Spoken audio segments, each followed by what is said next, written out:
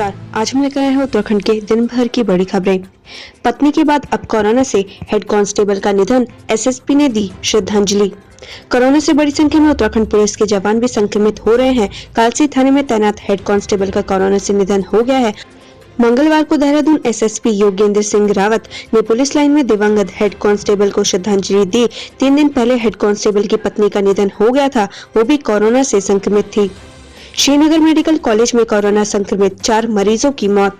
Srinagar medical college Covid अस्पताल में मंगलवार को कोरोना संक्रमित 4 मरीजों की मौत हो गई। सभी का इलाज बेस हॉस्पिटल में चल रहा था। वहीं सिरसू ब्लॉक में मंगलवार तक 229 लोगों को कोविड के चलते होम आइसोलेशन में रखा गया है, जबकि शेष 122 लोगों को बेस अस्पताल के कोविड वार्ड में इलाज चल रहा है। उत्तराखंड से आज की सबसे बड़ी खबर, इस अस्पताल में 30 कोरोना मरीजों की मौत। हल्द्वानी कोरोना संक्रमण के चलते पूरे देश में हाहाकार मचा हुआ है, तो वहीं हल्द्वानी के सुशीला तिवारी अस्पताल में भी कोरोना संक्रमित मरीजों की लगातार मौतों का आंकड़ा बढ़ता जा रहा है। पिछले 24 घंटे के भीतर सुशीला तिवारी अस्पताल में 3 कोरोना पॉजिटिव मरीजों का इलाज के दौरान मौत हो गई, जो कोरोना काल में सबसे रिकॉर्ड तोड़ एक दिन में मौतों का आंकड़ा है। सुशीला तिवारी अस्पताल के एमएस डॉक्टर अरुण जोशी ने बताया कि 24 घंटे के भीतर 30 कोरोना मरीजों की मौत हुई है, जो कोरोना के साथ साथ अन्य बीमारियों से भी ग्रसित थे। उन्होंने बताया कि अस्पताल में 391 कोरोना पॉजिटिव मरीजों का इलाज चल रहा है, जबकि 120 मरीजों की हालत बेहद गंभीर बनी हुई है। उन्होंने बताया कि डॉक्टरों की टीम लगातार कोरोना पॉजिटिव मरीजों के इलाज में जुटी हुई है। डरावना है मौतों का आंकड़ा, राष्ट्रीय औसत से दोगुनी है दर। राज्य में कोरोना की रफ्तार काबू से बाहर होती जा रही है। कोरोना के मामले तेजी से बढ़ते जा रहे हैं। राज्य में जहां नए मामले बढ़े हैं, वहीं मौतों के आंकड़े में भी तेजी से बढ़ोतरी हुई है। स्थिति ये है कि पिछले 5 दिनों में 250 लोगों की मौत हो चुकी है। उत्तराखंड में कोरोना मृत्यु दर राष्ट्रीय औसत दर से भी ज्यादा है। प्रदेश में कोरोना संक्रमितों की मृत्यु दर 1.81% है, जबकि राष्ट्रीय स्तर पर मृत्यु दर 1.13% है। प्रदेश में 5 दिनों के भीतर प्रदेश में 250 कोरोना मरीजों ने दम तोड़ा है। Social development for community foundation के अध्यक्ष अनूप नौटियाल का कहना है कि देश की आबादी में उत्तराखंड का हिस्सा करीब 1% है, लेकिन पिछले 5 दिनों में प्रदेश में हुई मौतों के आधार पर मृत्यु दर राष्ट्रीय औसत से दोगुनी हो गई है। पूर्व प्रधानमंत्री अटल बिहारी वाजपेयी की भतीजी का कोरोना संक्रमण से निधन। पूर्व प्रधानमंत्री स्वर्गीय अटल बिहारी वाजपेयी की भतीजी और कांग्रेस नेता करुणा शुक्ला का कोरोना संक्रमण से निधन हो गया है। कोरोना पॉजिटिव पाए जाने के बाद उनका इलाज रायपुर के एक निजी अस्पताल में चल रहा था। प्रतीकात्मक स्नान कर रहे संत, अभी तक 19,000 श्रद्धालुओं ने लगाई गंगा में डुबकी। निरंजनी और जूना अखाड़े के बाद हर की पैड़ी पर स्नान करने पहुंचा महानिर्वाणी अखाड़ा अपने साथी अटल अखाड़ा के साथ मां गंगा में शाही स्नान करेगा। बागेश्वर बाजार में नहीं हो रहा 2 गज दूरी का पालन, व्यापार मंडल ने की ये अपील। बाजारों में लोग सोशल डिस्टेंसिंग की जमकर धज्जियां उड़ा रहे हैं। शासन और प्रशासन की अपील का असर होता नहीं दिख रहा। बाजार में सुबह से ही भीड़ है। ऐसे में व्यापार मंडल ने प्रशासन से कोरोना कर्फ्यू का समय बढ़ाने की मांग की है। टिहरी शिकार मामला, पुलिस ने बरामद की बंदूक, आरोपी प्रताप सिंह को भेजा जेल। बिना लाइसेंस के बंदूक रखने के आरोप में खवाड़ा गांव के प्रताप सिंह को जेल भेज दिया गया है। बताते कि 3 अप्रैल को जंगल में शिकार करने गए 4 युवकों की संदिग्ध मौत हो गई थी। जमानत पर रिहा हुए प्रताप सिंह को पुलिस ने अवैध बंदूक रखने के आरोप में फिर गिरफ्तार कर जेल भेज दिया है। देहरादून एसएसपी और एसपी ने कोरोना कर्फ्यू का किया औचक निरीक्षण। राज्य में कोरोना के बढ़ते संक्रमण को देखते हुए सरकार ने 3 मई तक कोरोना कर्फ्यू लगाने का ऐलान किया है। आज एसएसपी और एसपी ने कर्फ्यू का औचक निरीक्षण किया है। मिथुन चक्रवर्ती कोरोना संक्रमित आइसोलेट हुए। अभिनेता से भाजपा नेता बने मिथुन चक्रवर्ती कोविड-19 से संक्रमित हो गए। बता दें कि अभिनेता 8 चरणों में कराए जा रहे पश्चिम बंगाल विधानसभा चुनाव के दौरान भाजपा के लिए चुनावी प्रचार में व्यस्त थे। सख्ती, अब कूपन के बिना शादी में शामिल नहीं हो सकेंगे मेहमान।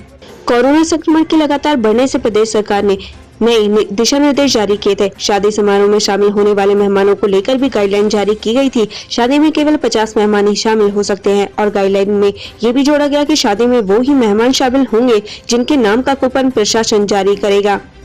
बारात देखी तो झूमने लगा एम्बुलेंस का ड्राइवर, पीपीई किट में किया शानदार डांस।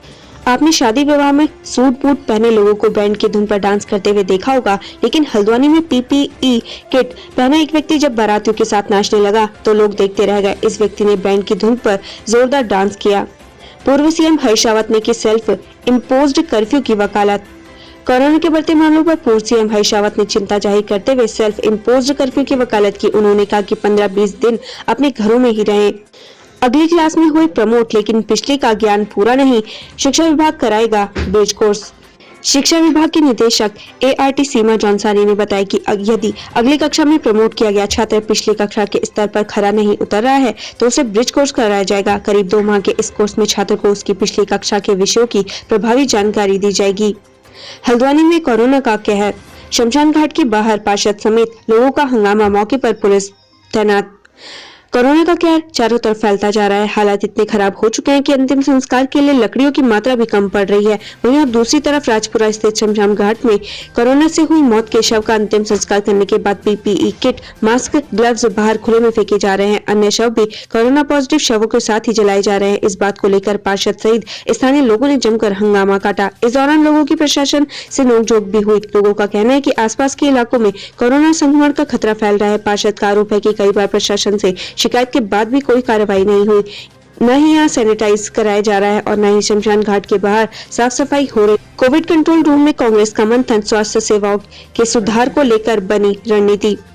कोरोना संकट के समय कांग्रेस ने कोविड-19 कंट्रोल रूम की स्थापना की है, जिसको लेकर कांग्रेस प्रदेश अध्यक्ष प्रीतम सिंह ने वर्चुअली समीक्षा बैठक की। सीएम ने सेलाकुई स्थित ऑक्सीजन प्लांट का किया निरीक्षण, शुरू होंगे 7 प्लांट। मुख्यमंत्री तीरथ सिंह रावत ने मंगलवार को सेलाकुई इंडस्ट्रियल एरिया स्थित लिंडे ऑक्सीजन प्लांट का निरीक्षण किया। यहां उन्होंने इंडस्ट्रियल एरिया में ऑक्सीजन उत्पादन में आ रही दिक्कतों के समाधान का भी भरोसा दिया। कोरोना वैक्सीन स्पुतनिक वी की पहली खेप मई में भारत आने की उम्मीद। Pharma company doctor Reddy laboratories ने रूस की कोविड-19 वैक्सीन स्पुतनिक वी की पहली खेप मई के अंत तक भारत आने की उम्मीद जताई है। डॉक्टर रेड्डी के एक प्रवक्ता ने बताया कि कंपनी की ओर से पहली खेप को चालू तिमाही में आयात करने की कोशिश की जा रही है। एम्स डॉक्टर का कहना, अगर लक्षण है तो बिना रिपोर्ट के भी कोविड पॉजिटिव मान लेना चाहिए। कोरोना का कहर देश में बढ़ गया है। वहीं बेड कम पड़ रहे हैं तो कहीं ऑक्सीजन, कहीं किट कम पड़ रही है तो कहीं लैब वाले सैंपल लेने से मना कर रहे हैं। स्थिति ये है कि कई लोग पॉजिटिव होने के बाद भी इधर उधर घूम रहे हैं। वहीं अगर सरकार की तरफ से मुफ्त में सैंपल कलेक्ट हो रहा है तो रिपोर्ट आने में कई दिन लग जा रहे हैं। ऐसे में क्या जिन्हें बुखार या खांसी है वह रिपोर्ट के इंतजार में बैठे रहे? नहीं। एम्स के डायरेक्टर डॉक्टर रणदीप गुलेरिया ने कहा कि अगर किसी का टेस्ट नहीं हो पा रहा है या टेस्ट रिपोर्ट आने में देरी हो रही है और उसे कोविड की तरह से क्लासिक लक्षण है तो इस महामारी के वक्त उन लोगों को कोविड पॉजिटिव मान लेना चाहिए। कोविड पॉजिटिव मानते हुए उस हिसाब से उनका इलाज शुरू कर देना चाहिए। शादी का जैसा देकर पुलिस कांस्टेबल ने कई बार किया रेप, गर्भपात भी कराया, व्हाट्सएप स्टेटस ने खोला राज। पौड़ी जिले की युवती ने उत्तराखंड पुलिस के कांस्टेबल मनीष भंडारी पर गंभीर आरोप लगाए हैं। उसने नेहरू कॉलोनी थाने में तहरीर दी है। उनका आरोप है कि उनकी कांस्टेबल मनीष से जान पहचान थी। इस दौरान उनकी 1-2 बार मुलाकात भी। 4 दिसंबर 2016 को उसने मुझे मिलने के लिए बुलाया। जब मैं उससे मिलने गई तो वह मुझे अपने साथ प्रिंस चौक के पास रेलवे स्टेशन के नजदीक स्थित होटल स्टैंडर्ड में ले गई, जहां उसके द्वारा मुझसे बलात्कार किया गया। मैंने शिकायत करने की बात कही, जिस पर उसने नौकरी चले जाने की बात कहते हुए मेरे सामने रोने का नाटक किया। उसका आरोप है कि उसने मेरे सामने शादी का प्रस्ताव रखते हुए मेरी मांग में सिंदूर भर दिया और कहा कि आज से तू मेरी पत्नी बन गई है। मैं तुझे जल्दी अपने परिवार वालों से मिलवाने अपने घर हरिद्वार ले जाऊंगा और उसके सामने तुझसे शादी करूंगा। उसके द्वारा मुझसे शादी का वादा करने पर वह भावनात्मक रूप से मुझे बरगलाया गया, जिससे मैं उसकी बातों में आ गई। उसने कई बार घर ले जाकर ये बात कही, लेकिन वो नहीं माना। हर बार उसने कोई न कोई बहाना बनाकर मुझे टाल दिया जाता था। 25 फरवरी 2018 को उसके ताऊजी की बेटी की शादी में मुझे उसके साथ जॉली ग्रांट के साथ चलने को कहा, जहां उसके द्वारा मुझे अपने घर वालों से मिलवाने की बात कही। मेरे द्वारा उससे परिजनों से मिलने की सोच उसके साथ उसके ताऊजी की बेटी की शादी में गई, जहां शादी समारोह में शामिल होने के बाद मेरे द्वारा उसके परिजनों से मिलवाने की बात कही गई तो उसने कहा कि शादी में इस वक्त बहुत से मेहमान आए हैं, जिसके चलते मेरे माता पिता से तुम्हें मिलवाना अभी सही नहीं है। शादी में नाच रहे थे 50 से ज्यादा लोग, किसी ने कर दिया फोन, फिर रंग में पड़ा भंग। कोरोना के कहर को देखते हुए सरकार ने भीड़ को कम करने के लिए जहां कोरोना कर्फ्यू लगाया है तो वहीं विवाह समारोह और आयोजनों में 100 से संख्या घटाकर 50 कर दी है। वहीं इस नियम का उल्लंघन करना दूल्हे पक्ष को भारी पड़ा। जी हां, बता दें कि मामला रुड़की का है, जहां शादी में 100 बाराती ले जाना एक दूल्हे को भारी पड़ गया। कोविड-19 नियम का उल्लंघन करने पर पुलिस ने दूल्हे के खिलाफ मुकदमा दर्ज किया है, जिससे हड़कंप मच गया है। अगस्त्यमुनि बाजार के जाम में घंटे भर फंसी रही एम्बुलेंस, मरीज परेशान। रुद्रप्रयाग जिले के अगस्त्यमुनि बाजार में लोगों द्वारा कोरोना के नियमों का लगातार उल्लंघन किया जा रहा है।